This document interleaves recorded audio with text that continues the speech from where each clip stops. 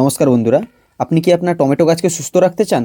তাহলে জানতে হবে প্রিভেন্টিভ কেয়ারের গুরুত্ব। আজ আমরা আমাদের টমেটো গাছে একটি ফাঙ্গিসাইড ও একটি ইনসেকটিসাইডের প্রিভেন্টিভ স্প্রে করছি। কারণ প্রিভেন্টিভ স্প্রে হলো অনেকটা টিকার মতো, রোগ বা পোকার আক্রমণ শুরু হওয়ার আগেই গাছকে সুরক্ষিত করা। গাছে একবার রোগ বা পোকার আক্রমণ হয়ে গেলে তখন চিকিৎসা করা কঠিন, তার চেয়ে আগে থেকেই প্রতিরোধ করা বুদ্ধিমানের। ফাঙ্গিসাইডে আমরা ব্যবহার করছি টাটা ইসান।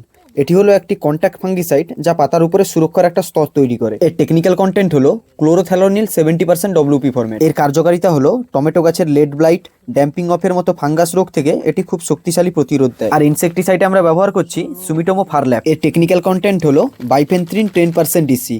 বাইফেন্থ্রিন হলো একটি শক্তিশালী পাইরোথ্রয়েট গ্রুপের ইনসেকটিসাইড। এর কার্যকারিতা এটি পোকার স্নায়ুতন্ত্রের উপর দ্রুত কাজ করে এবং তাদেরকে মেরে ফেলে। এটি সাধারণত ধান, তুলা, সবজি এবং অন্যান্য গুরুত্বপূর্ণ ফসলের ক্ষেত্রেও ব্যবহার করা যায়। এটি বিশেষ করে সাদামাছি, লেদা পোকা, শোষক পোকা এবং অন্যান্য পাতা ও ডগা ধ্বংসকারী পোকা নিয়ন্ত্রণ করতে সহায়ক। সবচেয়ে গুরুত্বপূর্ণ বিষয়, স্প্রেটি পাতার উপরে ও নিচে ভালোভাবে স্প্রে করতে হবে।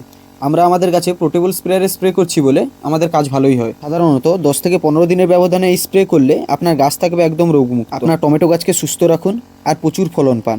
আর এমন ধরনের টিপস পেতে আমাদের চ্যানেলটির সঙ্গে জুড়ে থাকুন। খুব শিগগিরই দেখা হচ্ছে টমেটো গাছের নতুন একটা পর্বতে, নতুন একটা টিপস নিয়ে।